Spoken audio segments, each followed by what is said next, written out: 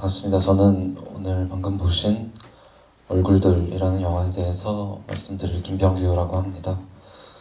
얼굴들이라는 영화는 선뜻 좀 이런 행사에서 다시 보자고 제안하기 좀 애매한 영화였는데, 영화가 문제라기보다는 시기적으로 이 영화가 개봉을 못한 것도 아니고, 그렇다고 이 시점에 다시 조망해야 할 만큼 대단히 오랜 시간이 지난 영화도 아니기 때문에, 그래서 한 3년 전에 느즈막하게 개봉을 했고, 개봉 당시에 저도 시네21이라는 잡지에 짧은 글을 적었는데, 그래서 이미 좀 적지 않게 논의된 작품이기 때문에 너무 이르게 다시 상영하는 거 아닌가 하는 생각도 조금은 있었는데, 제 나름대로는 두 가지 변명은 있었어요. 하나는 이런 식으로 애매하게 되돌아오는 시간성이야말로 이 얼굴들이라는 영화에 어울리는 어떤 미묘한 시간적인 감각이라는 생각이 있었고, 두 번째는 이 영화는 장면의 순서대로 혹은 어떤 시간의 연대기적으로 따라가는 것보다는 영화에 배치되어 있는 서로 다른 장면들을 어떤 식으로 결합하느냐, 또는 어떤 장면을 배치하고 떠올리느냐에 따라서 굉장히 상이한 감상을 전달한다는 생각이 들었어요. 분명히 개봉을 하면서 여러분들이 보았고 여러 가지 논의들이 있었음에도 여전히 보는 사람들에게 납득하기 어렵거나 뭔가 설명되지 않는 장면들이 무언가를 건드리게 하고 계속 다른 말을 꺼내게 하는 그런 점에서 특별히 매혹적인 영화라는 생각이 들어요. 그래서 이 영화는 영화 속에서의 상황으로도 묘사가 되지만 계속 반복해서 길을 잃게 만들고, 그 길을 잃은 곳에서 거기서 다른 무언가를 발견하게 하는 영화, 그런 식으로 좀 접근하고 받아들일 수 있을 거라는 생각이 듭니다. 그래서 이 영화와 관련해서는 무언가 합리적인 설명을 내놓거나 특별한 결론을 내리기는 어렵다, 그런 생각을 하고, 또 덧붙여서 이 영화를 이야기하는 특정한 해석의 관점들, 예컨대 CCTV라든지 GPS가 나오는 장면들에 대해서 이것은 어떤 감시사회의 시스템적인 측면을 고발하고 또 비판하고 그것에 대해서 해석하고 발견하는 영화다라는 식의 사회학적인 관점들에 대해서도 저는 특별히 덧붙이고 싶지는 않습니다. 그래서 개인적으로는 이 영화가 사회학적인 시선의 영화라기보다는 곤충학적인 시선의 영화에 가깝지 않나, 어떤 곤충학자의 관점에서 만들어진 영화가 아닌가 하는 생각도 들어요. 조금 다른 얘기로 시작을 하자면, 얼굴들은 그 재작년에 다시 번역이 된 책인데, 로베르 브레송의 시네마토그래프에 대한 단상 노트에 나오는, 거기서 이야기하는 어떤 깽단의 일화를 떠올리게 하는 측면이 있습니다. 그러니까 브레송이 인용하는 어떤 보도문인데, 런던의 깽단이 벌인 연쇄 도난 사건을 이야기하고 있어요. 어떤 갱단이 보석상의 금고를 털었는데, 세 군데의 보석상의 금고를 털었는데, 어떤 식으로 세 군데를 털 수 있었는가 하면, 첫 번째 보석상의 금고에서 다른 이웃집 보석상의 금고 열쇠가 있었다고 하는 거예요. 그리고 두 번째 금고를 가서 보니까 또 다른 보석상의 금고 열쇠가 거기에 있었다는 거예요. 브레송은 이 아주 단순한 보도를 영화의 로직, 영화의 논리에 빗대어서 인용하고 있어요. 영화에서 A에서 B로 전환될 때, 하나의 장면에서 다른 장면으로, 혹은 하나의 행위에서 다른 행위로 넘어갈 때, 말하자면 그 순간에는, 그 대목에서는 두 가지의 어떤 상황, 두 가지의 현상이 벌어진다는 겁니다. 하나는 여기에서 저기로 전환되는 것에 실마리가 던져지는 측면이 있다는 거예요. 그러니까 금고 하나를 연 다음에 거기서 발견한 열쇠를 가지고 다른 곳으로 움직일 수 있게 되는 부분이 있는 거예요.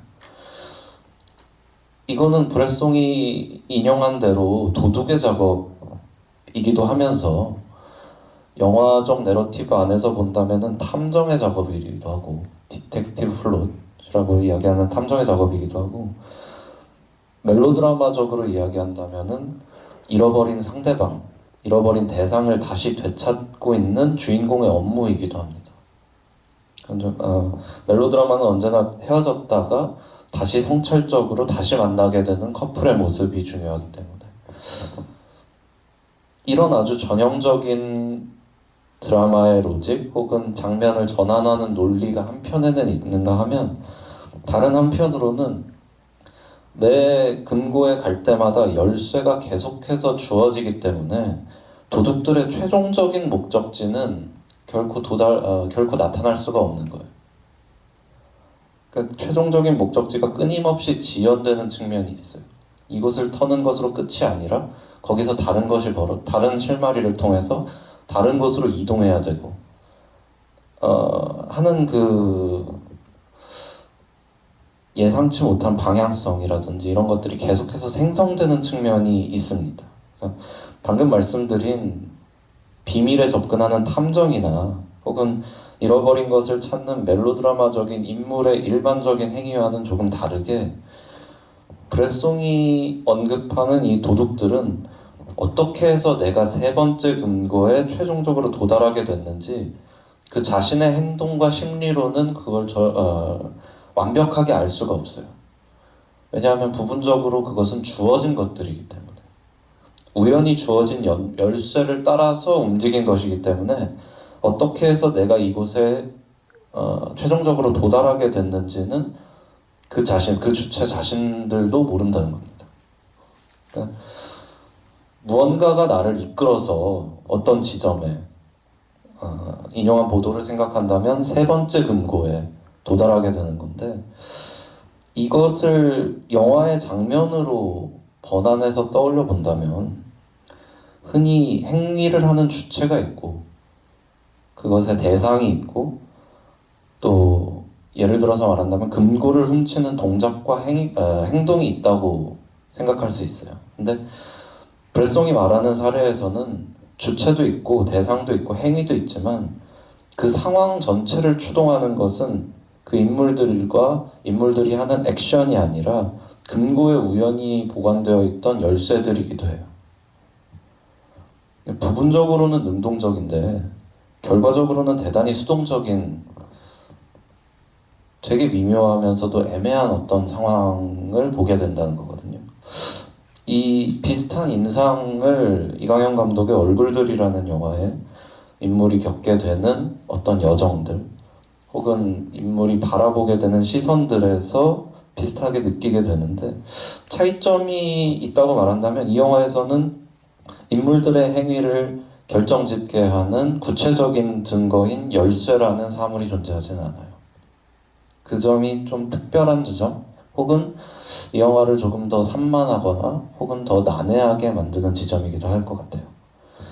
열쇠 없는 도난 사건, 비유컨대 말하자면 열쇠 없는 도난 사건을 찍은 영화다라고 이야기할 수 있을 것 같고, 그렇다면 그 존재하지 않거나 혹은 보이지 않는, 그러나 인물들의 행위를 추동하는 그 무엇, 사라진 것 같은 열쇠, 그 무엇에 대해서 어느 정도는 좀 파편적으로, 또 어느 정도는 연관성을 맺는 실마리를 가지고 이 토크의 제목에서 밝힌 것처럼 뜬구름 잡는 몇 가지 질문과 생각들을 좀 말씀드리려고 합니다.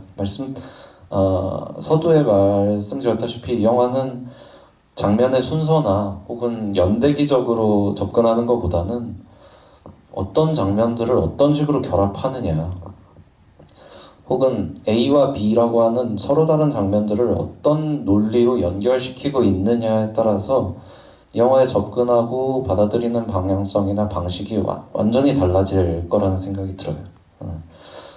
그러니까 이 영화가 A에서 B로 전환하는 방식, 하나의 장면에서 다른 장면으로 넘어가는 방식은 시간이나 공간의 인과율로 맞춰진 것이 아니라 그것을 완전히 벗어나서 서로 다른 파편들을 좀 접속시키는 방식으로 작동한다는 생각이 들어요. 그래서 그것들이 어떻게 교통하고 또 접속하고 있는지 몇 가지 장면들을 보여드리면서 이제 말씀드리려고 합니다. 네, 잘 너무 어둡기도 해서 잘 보이실지는 모르겠는데 방금 보신 영화니까 장면들을 좀 다시 생각하시면서 사진도 보시면 될 것 같아요. 얼굴들이라는 영화를 움직이게 하는 가장 첫 번째 혹은 가장 근본적인 근거라고 한다면 당연히 이 기선이라는 인물이 주인공이 진수를 인지하는 순간, 그의 얼굴을 바라보는 순간이라고 할 수 있습니다. 이 부분은 이강현 감독이 실제로 이 영화를 구상하면서 처음 떠올린 생각이었다고 밝힌 부분이기도 합니다. 한 선생님이 어느 날 수업 시간에 들어오지 않는 학생을 궁금해하게 된다 라는 한 문장에서 이 영화를 시작했다고 밝히고 있는데, 정작 영화에서는 조금 맥락이 달라졌죠. 그러니까 수업에 들어오지 않는 학생을 인지하는 것이 아니라 그 전까지는 전혀 몰랐던 학생의 얼굴을 보게 되는 것. 그러니까 한 인물의, 저런 위에 보이는 것처럼 한 인물의 사진적인 이미지를 마주하는 것이 대단히 주요한 사건, 첫 번째 영화의 첫 번째 사건이 됩니다. 이 변화도 약간은 미묘한 측면이 있는데, 누군가가 없다라고 하는 것을 발견하는 것과 누군가가 있다 내지는 누군가를 본다라고 하는 사태가 이 영화에서는 어떤 정반대의 사건이 아니라 어느 정도는 접점을 공유하고 있는 사건으로 받아들여지고 있다는 겁니다. 근데 보셨다시피 기선이 이 진수라는 학생에게 다가가는 것은 너무나 터무니없는 방식. 분명 하나의 실마리라고 하는 것은 이렇게 사진을 보는 것에서 시작됐고, 그 다음에는 이 학생의 추천사가 빠져있다는 부분을 알게 되는 건데, 그리고 나서 이 인물에게 계속해서 접근하는 방식은 좀 아무래도 통상적으로 이해하기는 좀 어려운 방식이에요. 축구 비품 얘기도 꺼내고 뭐 현장 학습에 같이 따라가라는 식으로 이야기도 하는데, 기선이 이런 식으로 계속해서 한 인물에게 이끌리게 되는 충동 내지는 어떤 열망이 심리적인 차원에서 혹은 이야기적으로 명확하게 설명되는 것은 아니에요. 이것을 동성애적인 사랑의 이야기다라고 해석하는 분들도 없지 않지만, 감독도 그럴만하다라고 이야기했지만 그런 것을 고려한 것은 아니었다라고 했기 때문에, 말하자면 이런 관계의 애매함이야말로 오히려 이 영화가 가닿고 있는 지점과 연결이 된다는 생각이 들어요. 그러니까 한편의 영화에서 한 인물이 다른 사람을 바라보고 혹은 접근할 때는 주로 사랑이 벌어지거나 아니면 범죄적인 사건이 벌어지는데, 이 영화에서는 그런 식의 접근은 존재하지만 결과적으로 인물의 관계는 대단히 애매하게 남겨지고 말아요. 무언가 결론에 도달하거나 어떤 관계에 도달하는 것은 아니에요. 그래서 무언가를 시도하는 것처럼은 보이는데 어떤 관계에 최종적으로 도달하지는 못하는 어떤 상황. 그러니까 사랑이나 범죄적 행위처럼 대단히 능동적인 액션이라기보다는 좀 애매하고 대단히 미완성적인 행위로 남겨지는 거죠. 더군다나 그 행위, 그 액팅의 근거는 쉽게 드러나지는 않습니다. 이런 장면들을 보고 있으면은 확인할 수 있는 근거는 딱 한 가지라는 생각이 들어요. 뭐냐면은 아주 어두운 암실의 공간에서 타인의 얼굴, 그 상대방의 얼굴을 바라보았다는 것. 그런 어두운 공간에서 바라보지 않았다면 이 이야기가 시작하지 않았을 거라는 것. 이 영화의 초반부 맨 위에 올려놓은 이 초반부 장면, 사진을 확인하게 되는 초반부 장면을 보면서 약간 집중이 안 됐는데, 왜냐하면 저런 식의 공간에서 학생들의 졸업사진을 보게 되나? 행정부 직원이 그런 업무가 있나 하는 생각도 있었고, 그것도 행정 담당 선생님이 혼자서 저런 사진을 보나?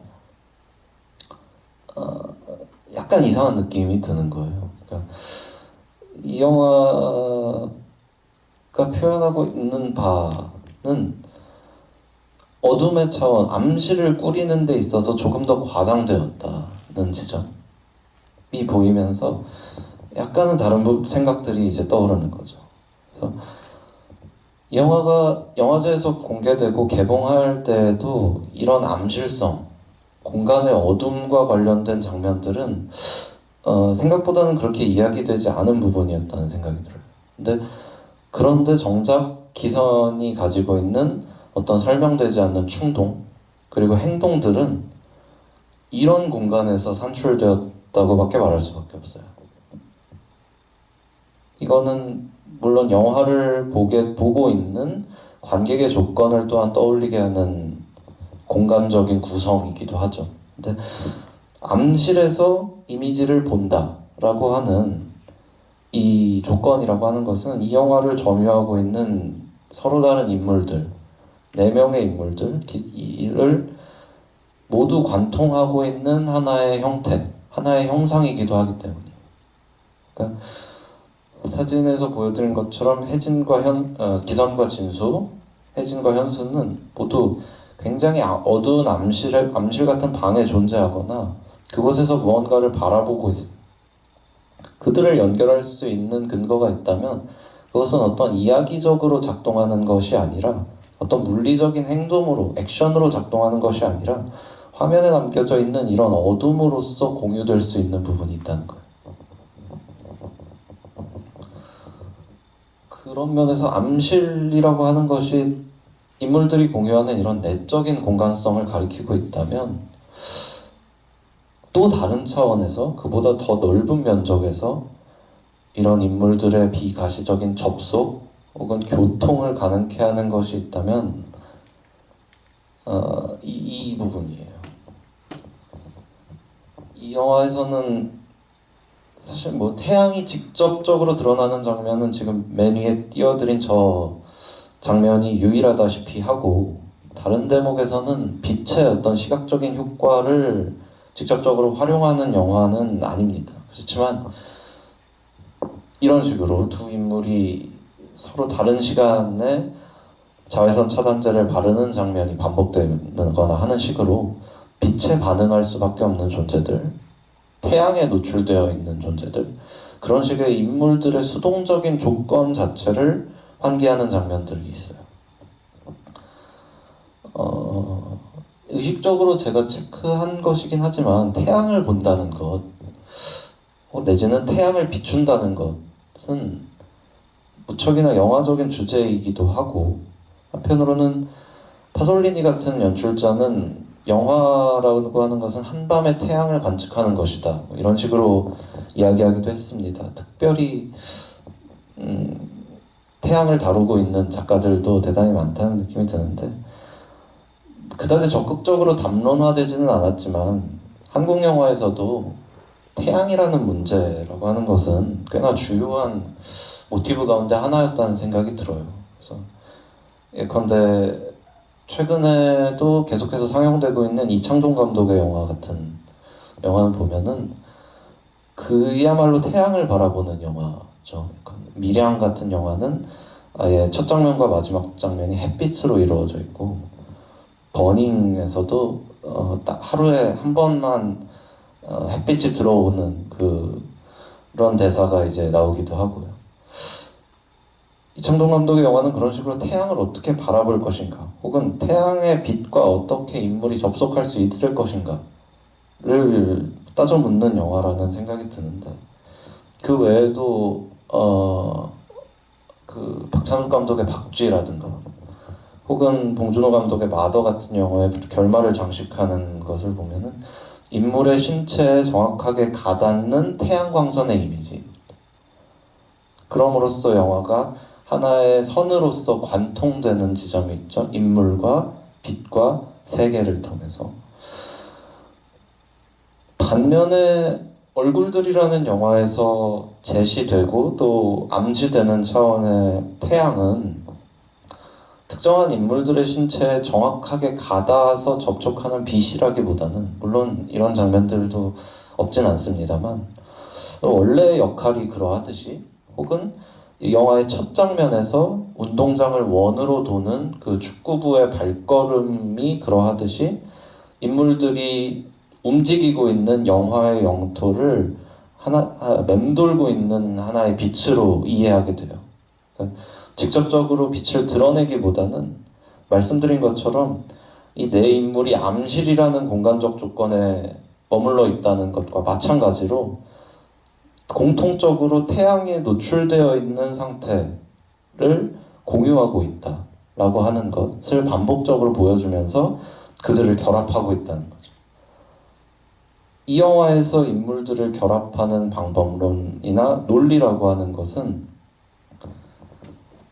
이런 식으로 암실과 태양, 내부와 외부, 어둠과 빛, 그리고 대단히 한정적인 공간과 무한히 펼쳐져 있는 영역, 이런 방식으로 서로 상이한 공간적 체계, 모순되어 있는 공간에 대한 감각이 섞여 들어가면서 대단히 혼란스러운 방식으로 시공간이 재구성되고 있어요. 그러니까 이 영화에서는 시간적으로 연대기적인 시간으로 따져서 이 다음에 이것이 있으니까 이것이 와야 되고 하는 식의 논리를 따르지 않는다는 측면이에요. 굳이 논리를 따진다면 방금 내가 말씀드린 이런 식의 논리, 그러니까 무언가의 어둠, 어떤 암실에 들어있는 장면들의 결합, 내지는 태양 아래서 자외선 차단제를 바르는 장면들의 결합으로 몽타주라고 하는 효과가 되돌아오고 있다는 거예요. 이런 혼동스러운 감각을 수용하는 것에 있어서 이 영화가 제안하고 있는 조금 남다른 체계, 영화의 어떤 모험적인 체계라고 부르고 싶은 것이 이런 대목들에 있습니다. 이 영화는 인물들의 물리적인 행위의 측면에서 고려한다면 도저히 이 장면들마다의 연결고리를 구성하기 힘든 방식으로 짜여 있어요. 그러니까 화면에 드러나는 것보다 생략되어 있고 비어있는 부분이 훨씬 더 많고 하나의 숏과 하나의 숏, 하나의 씬과 하나의 씬 사이의 거리가 대단히 벌어져 있거나 설명되지 않은 방식으로 처리되고 넘어가고 있어요.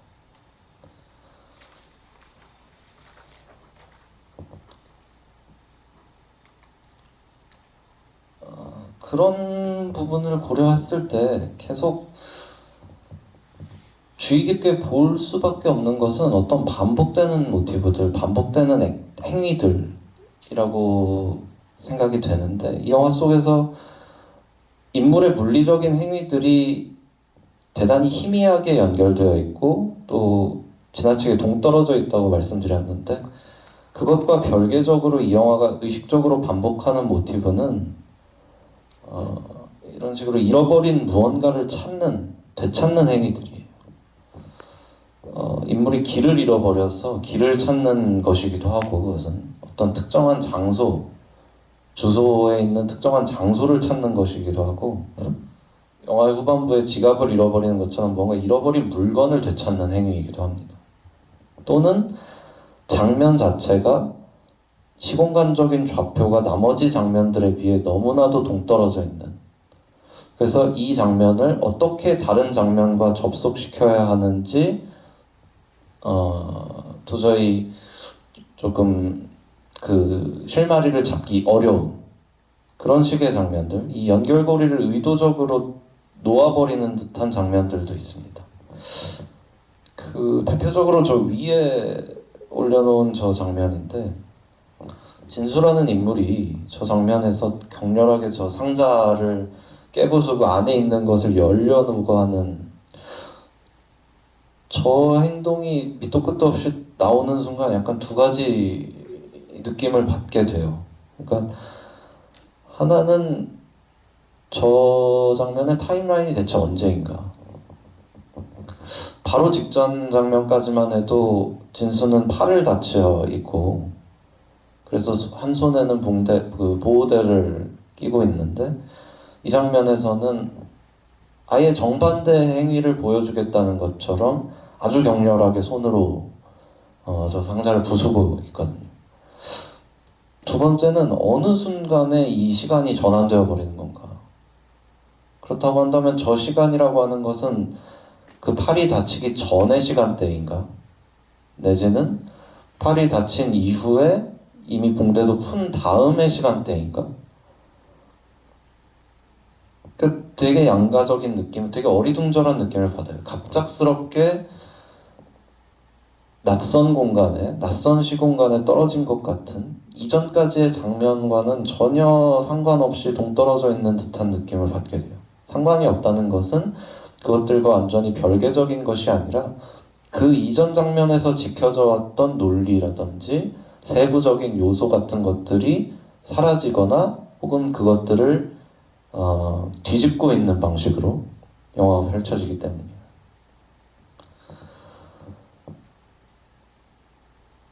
이런 무언가를 잃어버리는 상태, 물건을 잃어버리는 것이기도 하고 길을 잃어버리는 것이기도 하고 심지어는 이 장면에서는 직전 장면에서 영화가 간직하고 있었던 어떤 요소들을 잃어버리는 것이기도 한데 이런 잃어버린다고 하는 사태는 서사적인 진행과는 별개로 영화가 근본적으로 가지고 있는 어떤 망각의 지점들, 기억 상실의 지점들을 고스란히 영화의 몸이, 영화의 육체가 드러내고 있는 것처럼 느껴져요. 한 장면이 지나가고 나서 다음 장면이 시작되면은 무언가가 새로 나타남과 동시에 다른 하나가 지워지는 것이 영화의 원리인 터인데 얼굴들이라는 영화에서 흔히 다른 극영화에서라면 은폐하기 쉬운 이 원리를 가장 노골적으로 드러내는 방식으로 얼굴들은 장면을 전환하고 이야기를 작동시키고 있다는 거죠. 저 진수가 산에 올라가서 상자를 깨는 저 장면에서 말씀드린 것처럼 무언가를 잃어버렸다는 사태는 하나의 장면 위로, 평면적으로 보이는 하나의 장면 위로 두 가지 층위의 시간, 이중적인 시간을 덧대게 만들고 있거든요. 그러니까 하나는 당연히 우리가 보는 이미지는 현재 나타나고 있는 이미지일 수밖에 없는데 이런 장면은 과거와 미래에 대한 감각을 자꾸만 이 하나의 장면 위에 더 씌우고 생각하게 만들게 있어요. 중요한 것은 그것이 어떤 플래시백이나 내지는 플래시포워드처럼 현재가 기준으로 있고 이것은 거기에 종속된 과거나 미래가 제시되는 것이 아니라 현재가 있고 또 다른 현재가 동등하게 결합되어 있는 것처럼 보인다는 거죠. 왜냐하면 이 장면과 직전 장면에서 보았던 진수의 모습과 저 산에 올라가서 보이는 진수의 모습은 어느 쪽이 모순이고 어느 쪽이 기준이라고 할 것을 정해두지 않고 결정해두지 않은 상태로 장면을 전개하고 있다는 느낌을 받기 때문이에요.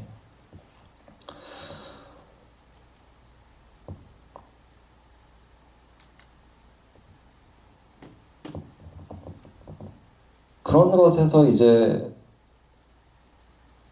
이런 식의 이중적인 시간, 그러니까 하나의 장면 안에 현재 바라보고 있는 하나의 장면 안에 이것이 과거인가 혹은 미래인가 라고 하는 것을 혼동하게 하는 이런 이중적인 시간을 환기하는 것은 무언가를 잃어버린 인물의 모습, 행위 혹은 걸음이 지나간 뒤에도 이렇게 카메라에 남겨지는 어떤 무인의 공간 같은 것입니다.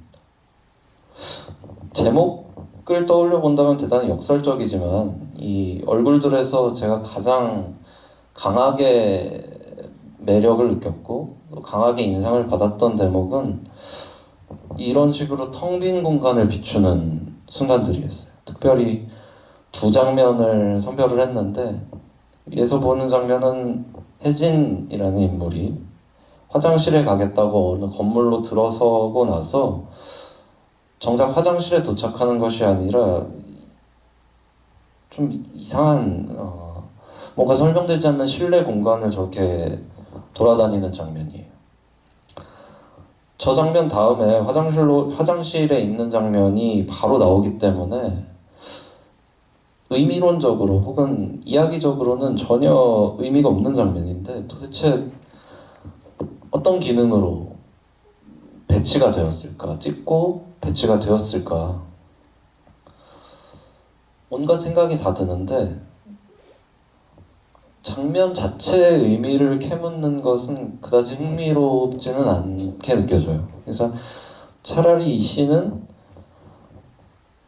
이런 식의 이탈적인 궤도, 어떤 목적지에 가려고 해서 어떤 공간에 들어섰는데 그곳이 아니라 다른 곳을 거쳐 가야만 하는 그 궤적 자체를 보여주기 위함이라는 생각 정도가 든다는 거죠. 두 번째 밑에서 보여드린 장면은 약간 더 이상한 부분인데 현장학습에 가서 학생들이 현장학습에 가서 이제 행궁을 구경하는 장면인데 두 컷으로 나뉘어져 있어요. 첫 장면에서는 학생들이 저 행궁 사이를 걸어가면서 완전히 사라지면서 컷이 엔드가 되고 그리고 나서 장면이 전환되면 약간 카메라를 틀어서 비어있는 궁의 풍경이 드러나게 돼요. 그러니까 우리가 보게 되는 것은 인물들의 걸음이었다가 두 번째로는 아무도 없는 행궁의 정적인 풍경이 돼버리는 겁니다. 이런 장면은 서사적인 기능이나 혹은 특정 인물의 시점이나 시각으로는 전혀 수용되지가 않는 장면들이에요. 그런 식으로 포괄되지 않는 풍경이 대단히 기습적으로 이 연속된 컷의 흐름 안에 침입하고 있다는 느낌. 말하자면 이 풍경에서도 두 가지 인상들 혹은 양가적인 감상들이 벌어지게 됩니다. 왜냐하면 직전 장면에서 카메라가 계속 비추고 있었듯이 거기는 사람들이 계속해서 지나가고 사람들이 나타나고 언제든지 또 다른 사람들이 등장하고 출연할 수 있는 공간이기도 하면서 또한 여기 이 마지막 장면에서 보여주는 것처럼 모든 것이 사라져버리고 지워져 버릴 수도 있는 공간. 그러므로 프레임 내부에 있어서 뭔가 인물들의 행위가 벌이는 긴장이 아니라 또 다른 차원의 긴장이 벌어집니다. 이것은 주체가 사라진 공간이면서 동시에 어느 방향으로든 누군가가 틈입할 수 있는 공간이고 그 틈입이라고 하는 행위 자체를 이 아무도 없는 빈 풍경의 커트가 수행하고 있는 공간, 그 쇼트의 공간이기도 하기 때문이에요. 그래서 이렇게 아무도 없는 무인의 장면들은 하나의 목적지에서 다른 곳으로 이탈하거나 아니면 우리가 보고 있는 같은 공간인데 다른 방식의 질감, 다른 방식의 외형을 드러내는 장면으로 작동하고 있어요. 어떤 식으로든 이런 장면은 영화가 움직이고 있는 하나의 방향, 영화의 서사가 움직이는 방향성, 표면적인 방향성과 불화를 만들어내면서 다른 방향과 다른 각도의 장면들을 그 장면의 체계적인 질서 안에 침투시키는 순간이라고밖에는 말할 수가 없습니다.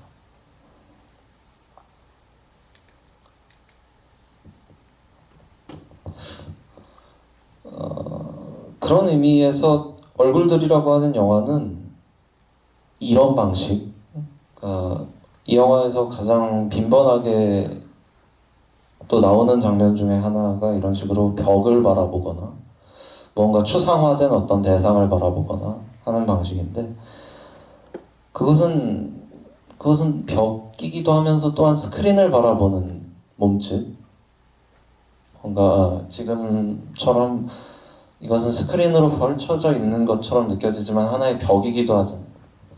벽을 본다고 하는 것 혹은 내지는 스크린을 본다고 하는 것, 말하자면 영화를 움직인다고 하는 것은 이렇게 하나의 평면, 하나의 표면 안에 여러 층의 내지는 복수형의 시간을 조형하는 작업에 가깝다. 그런 방식으로 이 영화는 시간적이고 공간적인 그 질서를 구성하고 있고, 그런 방식으로 장면들을 배치시키고 또한 해체시키고 있다. 그렇기 때문에 이런 식의 장면들이 벌어지거나 이런 모습들에 인물들이 눈을 돌리게 되는 것입니다. 말하자면 벽에 만들어진 두 가지 시간, 이미 누적되어 있는 과거의 시간이 있고 또 새로 지어진 또 하나의 근과거의 시간이 있다는 것을 현재의 시간에 있는 저 두 인물이 바라보게 된다든지, 아니면 삼조정관을 알고 있는 저 보이지 않는 인물을 바라보면서 저 인물이 기선의 과거에 있는 그 진수라는 학생에 대해서 알고 있다든지, 이런 방식으로 물리적으로는 결코 성립되지 않을 것 같은 시간들이 결합되는 방식을 얼굴들이라는 영화는 이 스크린에 빗대어진 이 벽에서 활용하고 있다는 측면이 주의 깊게 생각해야 될 부분이고, 그런 점에서 스크린은 어떤 시간의 이미지든 담아낼 수 있는 평면이지만, 그것이 과거이든 현재이든 미래이든 여러 차원에서, 또한 어떤 시간도 거기에 고정적으로 머물러 있지 않은 장소이기도 해요. 그렇기 때문에 이 영화는 아주 탄력적인 방식으로, 아주 파편적인 방식으로 시간을 접속하는 방법으로 장면을 전환하고 영화를 움직이게 하고 있다는 부분이죠.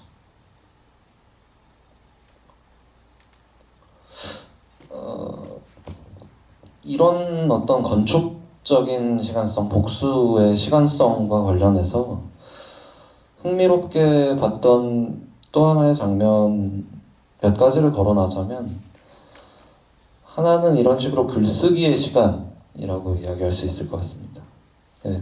간단하게는 날짜라고 적어뒀지만 정확히 말하자면 글쓰기라는 문제, 글쓰기가 담보하고 있는 영화의 시간성 혹은 내지는 그 글쓰기 자체의 시간성, 그리고 최종적으로는 영화와 글쓰기의 시간성이 부딪히는 부분들, 이 토크의 소개글에서도 짧게 말씀을 드렸던 부분이기도 한데, 혜진이라는 인물이 노트에 2016년 6월 5일 하루 종일 비, 새로운 한 주의 시작이다 라고 적게 됩니다. 근데 영화를 보셔서 아시겠지만 이 장면이 나오기 전에도 혹은 그 이후에도 혹은 그 어떤 시간을 보여주는 장면에도 이 영화에서 비가 내리는 장면은 한 장면도 나오질 않아요.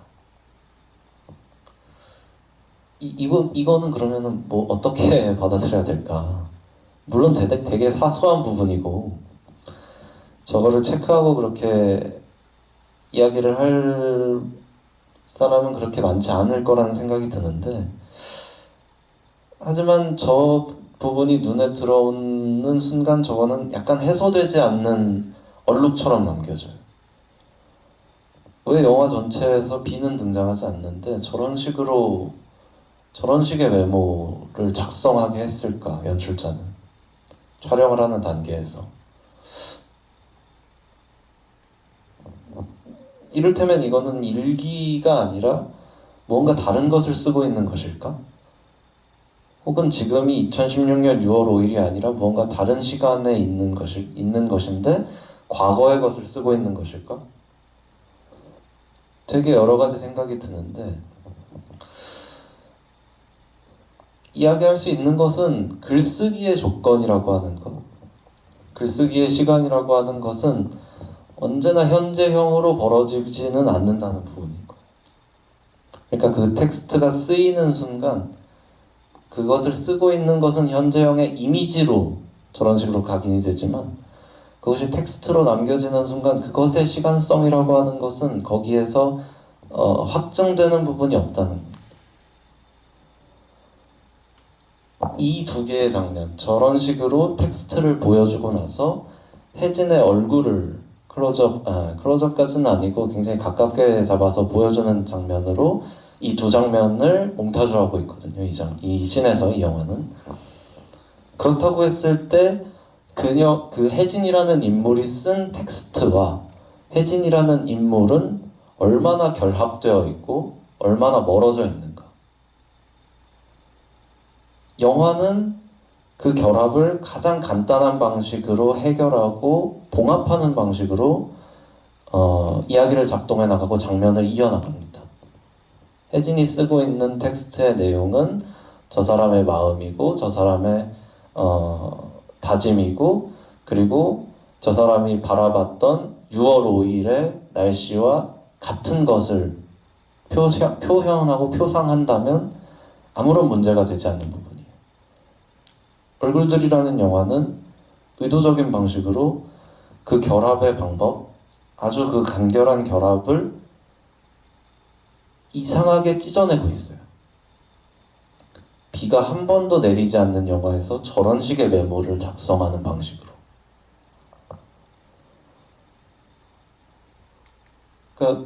그러와 비슷하다고 말할 수 있는 혼란이 약간 이런 부분이라는 생각이 들어요. 혜진이라는 인물은 여기서 보시는 것처럼 약 4달간의 시간을 지나쳐서 6월에 시작해서 10월에 메모를 쓰는, 저 메모를 철저하게 신뢰할 수 있다면 4달간의 시간을 지나치면서 이 영화를 통틀어서 4달간의 시간을 지나치고 있는 것인데, 그렇게 생각한다면 저 식탁 위의 정물은 이 장면이 초반부에 나오는 장면이고, 그리고 위에 있는 장면이 거의 맨 마지막 부분에 나오는, 식당이 다 인테리어가 완성되고 나서 나오는 장면인데, 저런 식으로 4달 동안 그대로 있는 것일까? 그런 약간 불일치한 부분들이 있어요. 그러니까 인물의 서사도 움직이고 인물의 시간도 움직이고 있고 공간의 시간, 인테리어를 하고 있는 식당이 완성되었다는 공간의 시간도 흘러가고 있는데, 저런 식으로 정물적인 시간들은 이상할 만큼 같은 자리에 있어요. 물론 같은 자리에 있을 수도 있죠. 양념통을 그냥 저 자리에 두는 걸 수도 있겠는데, 이런 장면을 보면은 오즈야스지로의 동경의 여인 같은 영화를 보면 영화 속에서 시간은 계속 흐르는데 식탁에 놓여있는 물건들이 똑같은 모습을 하면서 계속 반복되는 그런 장면들이 있거든요. 그러니까 그런 식의 느낌도 약간 들어요. 이 영화에서 계속해서 말씀드리는 것처럼 이 영화가 서로 다른 시간의 흐름들, 서로 다른 시간성들이 공존하고 있는 느낌의 영화라면 이런 식으로 이해할 수 있을 것 같다는 생각이 드는 거죠. 인물의 시간도 움직이고 있어. 그리고 공간의 시간도 움직이고 있어. 그런데 정물의 시간은 무언가 멈춰져 있고 다른 사건을 벌이고 있어. 영화가 움직이고 있는 흐름과는 불화하는 또 다른 로직, 또 다른 논리에 종속되어 있어. 그것은 이 장면을 볼 때도 마찬가지예요. 인물들의 시간이라고 하는 것, 인물들의 세계라고 하는 것은 이런 방식으로 작동하고 있어. 그런데 텍스트가 간직하고 있는 시간, 텍스트가 간직하고 있는 픽션은 아예 다른 방식으로 작동하고 있다. 이런 식의 느낌이 들게 되는 거죠. 결국은 이 단어로 돌아올 수밖에 없는데, 영화의 제목과는 조금 다르게 끝에 괄호를 쳐둔 이유는 지금껏 이런저런 파편들을 토대로 말씀드렸다시피 이 영화는 대단히 불확정적인 방법의 몽타주, 불확정적인 몽타주의 영화라고 말할 수밖에 없기 때문이에요. 그러니까 쿨레쇼프 효과 그런 걸 굳이 들먹이지 않더라도 교과서적인 관점에서 몽타주라 함은 얼굴과 다른 얼굴, 얼굴과 다른 사물, 하는 것을 접속시키면서 두 존재를 내지는 두 장면을, 두 쇼트를 결합하고 의미를 생성시키는 것으로 이해되거든요. 반대로 이강연의 영화에서 하나의 얼굴, 그러니까 다른 어떤 것과 접속되고 결합되어야 할 하나의 얼굴은 끊임없이 과로쳐진 대상들, 사물들, 현상들과 잠정적으로 붙어 있을 뿐이에요. 앞서 말씀드린 것처럼 열쇠가 없는 연쇄 도난 사건, 열쇠 없이 버리는 금고 털이 같은 형상이라고 말할 수도 있을 것 같아요. 대단히 모순적이고 불가능하다고 여겨지지만 영화가 형성되려면, 영화의 의미라든지 영화의 사건이 형성되려면 하나의 얼굴이 다른 얼굴, 사물, 풍경과 결합하면서 의미와 사건이 만들어져야 됩니다. 그런데 얼굴들에서 계속해서 말씀드리고 있지만 그 결합의 조건은 그 자체로 결정되지 않고 계속해서 그 의미와 형태를 지연하는 방식으로 이끌어내고 있어요. 심지어는 영화가 끝나는 지점까지도. 이런 부분들, 다른 무언가와 접속하거나 결합한다는 것을 완벽하게 확신할 수 없는 이런 얼굴들이 제가 이 토크의 소개글로도 짧게 말씀드리는 장면, 예컨대 이런 장면, 그리고 지금까지 여러 파편들의 장면들을 예시로 들면서 이야기 드린 장면들이 끊임없이 일으키는 모호한 어떤 효과이기도 해요. 저런 메모를 보여준 다음 혜진의 얼굴을 이어붙이고 있는데 이 혜진의 얼굴과 혜진의 글쓰기가 만들어낸 저 텍스트는 어떤 방식으로 결합하고 있는 것인가? 저거는 사실을 쓴 것인가? 허구를 쓴 것인가? 착각한 것인가? 잘못 쓰게 된 것인가? 오늘의 일을 쓴 것이 아닌 건가? 라고 하는 것을 영화는 드러내지 않고 있어요. 물론 말씀드린 것처럼 대단히 사소한 부분으로 치부하고 넘어가도 되지만 화면에 드러나는 화면에 드러나는 시각적인 정보와 저 메모 사이의 오류를 이 영화는 봉합하려고 하는 의지가 없어요.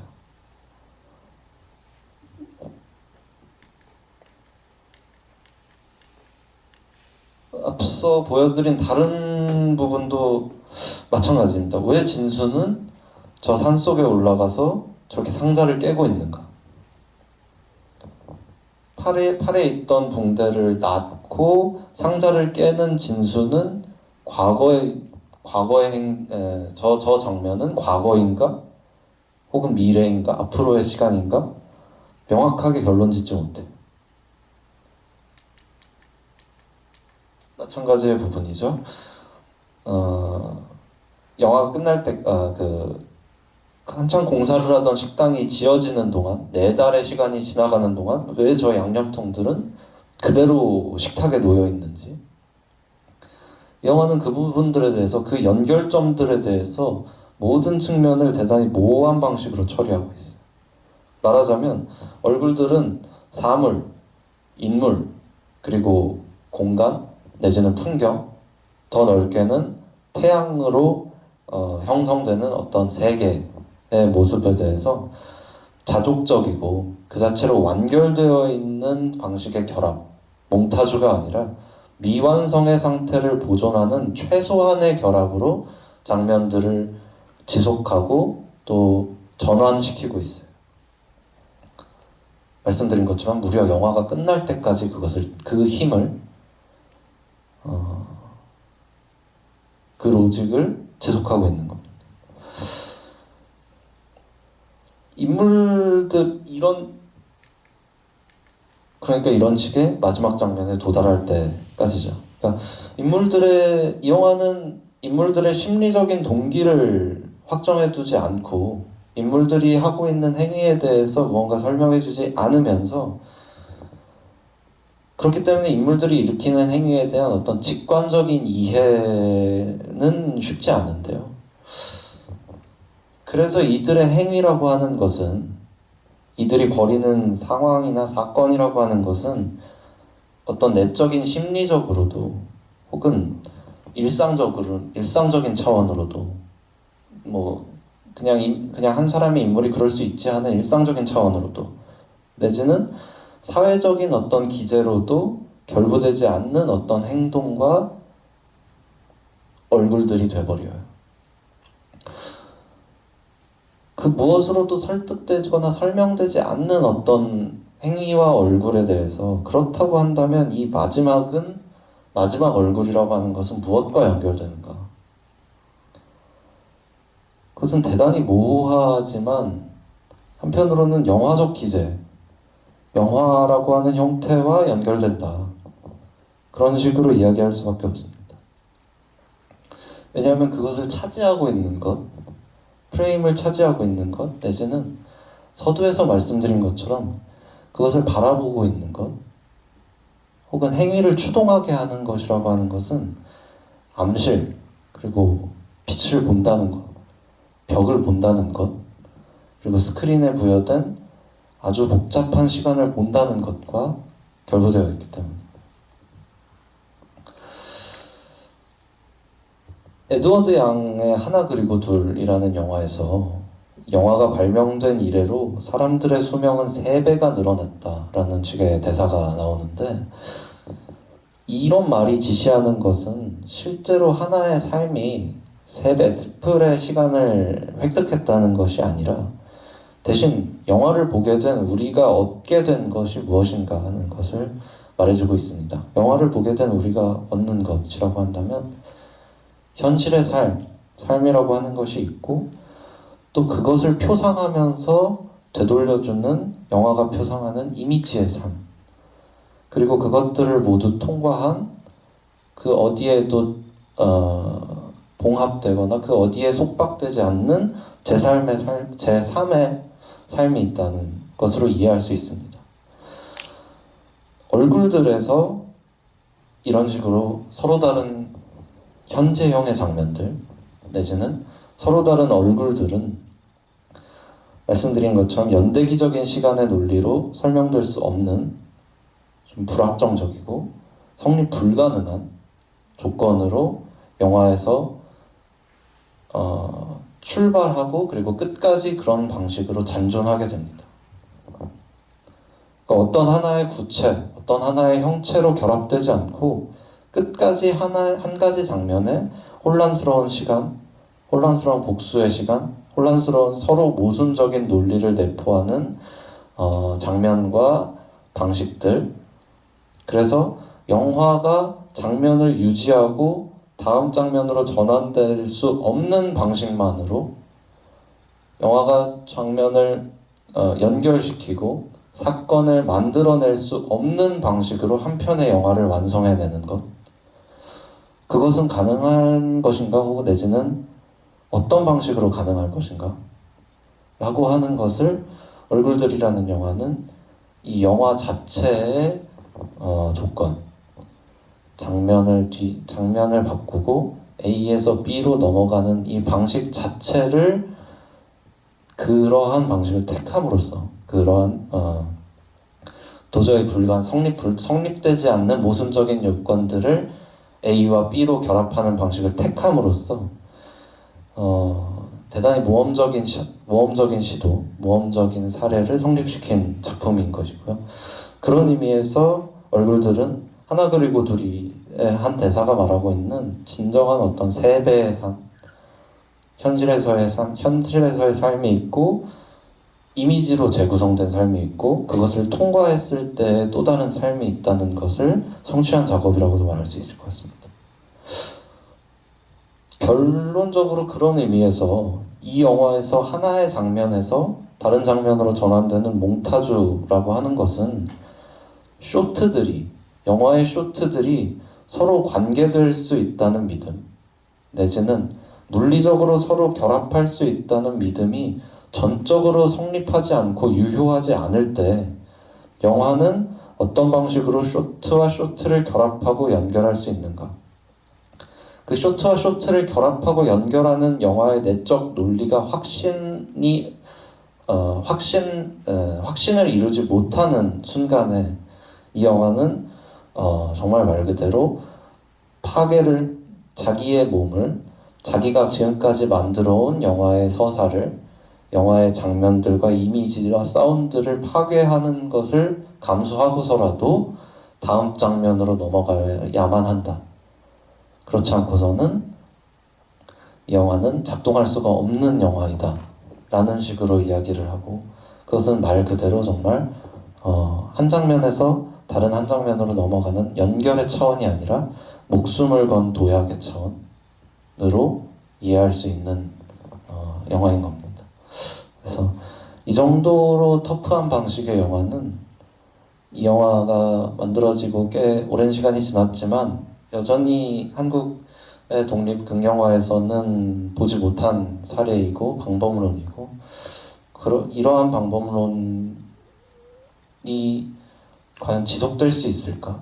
혹은 유지되거나 다른 방식으로 변형될 수 있을까라는 궁금증이 들면서 한편으로는 또다시 막다른 길에 도달한 것은 아닌가?